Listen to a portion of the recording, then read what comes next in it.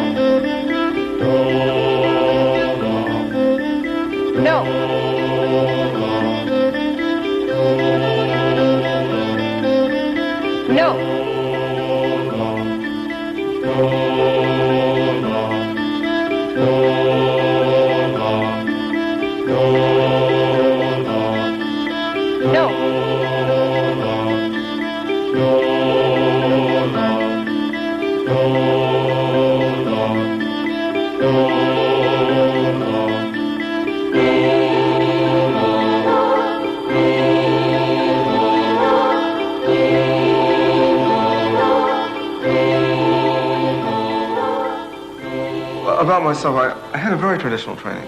I went to the Peabody Conservatory as a boy of 8. I studied flute till I was 15. I began writing music at 15. I went to the Juilliard School at 19. I then was in Paris in 1965, and I was asked to work with Ravi Shankar, the great Indian sitar player. And with Ravi, I first began to discover the power of rhythmic music, of ideas about rhythmic structure. And I saw that it was an area that I had never worked in before, that a piece could be organized around the idea of rhythm, and not, for example, harmony and melody that I had been taught. It is a very exciting idea for me. Now, I should say that by that time, I had probably written about 75 or so pieces. There are boxes of pieces. It's all in my brother's house in Baltimore somewhere. I hope he hasn't. And what if he doesn't? It doesn't matter, I don't think. I wrote, at that point, I had written 3 string quartets, several woodwind quintets, a couple of symphonic works, a violin concerto, about 20. I've written lots and lots of music. And I would say that none of it was very interesting. It was student music. And I knew it at the time, and I did it, and it was okay. With Ravi, I suddenly saw another way of thinking about music, and I think it was the coming to the end of that kind of... I wasn't happy with the contemporary music that was being played at that time. So I traveled through Central Asia, I was in India, to look to outside the Western tradition. And I was working very much on the idea of rhythmic structure and different ways of relating that to an overall piece of music. And the idea of, if I was going to write music where the rhythmic structure was the important thing, I reduced the melodies or the notes to something very simple so that we could hear what the rhythms were. This occupied me, I'd say, for the next 9 years.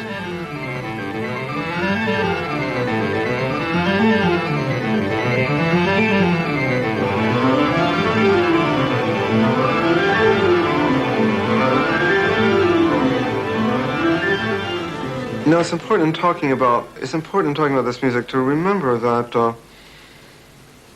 it's hard to remember this now, but how new that music was at the time.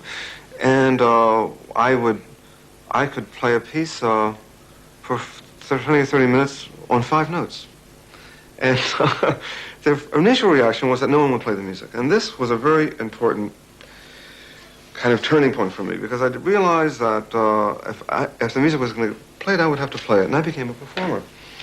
I came back to New York shortly after that. I made some travels. I traveled a little bit in the East. Came back in the spring of '66, and by '68 I had an ensemble together. Many of them the same people that are playing with Einstein today. This probably was one of the most important things that I did, because I found myself part of a larger music world than I had known about.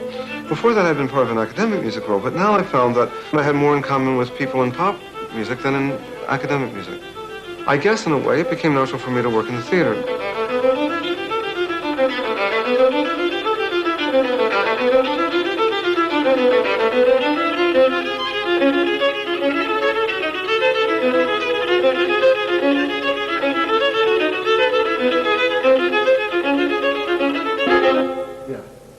So that's almost becoming 3 to 2. Yeah, but not quite. Not Not quite. quite. Okay. Yeah, so it's not quite unfitable. Okay, good.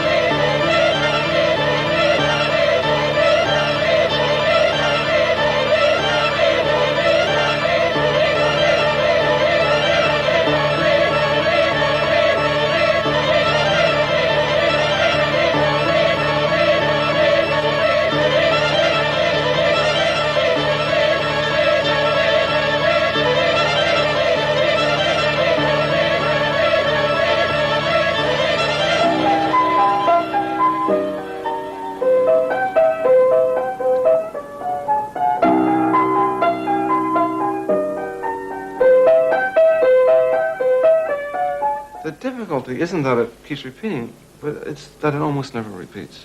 This is one of the secrets of the music, which is not generally heard. In fact, one of the difficulties of hearing this music at all is that to be able to hear that it's changing all the time is it means shifting gears in the way you listen. So it's such a profound shift that many people simply don't make it.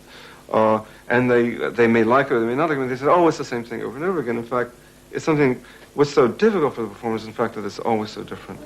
You're talking about vocabulary that can appear so radical compared to traditional vocabulary that at first time, at first glance, at first sight, at first hearing, it simply may not be heard at all.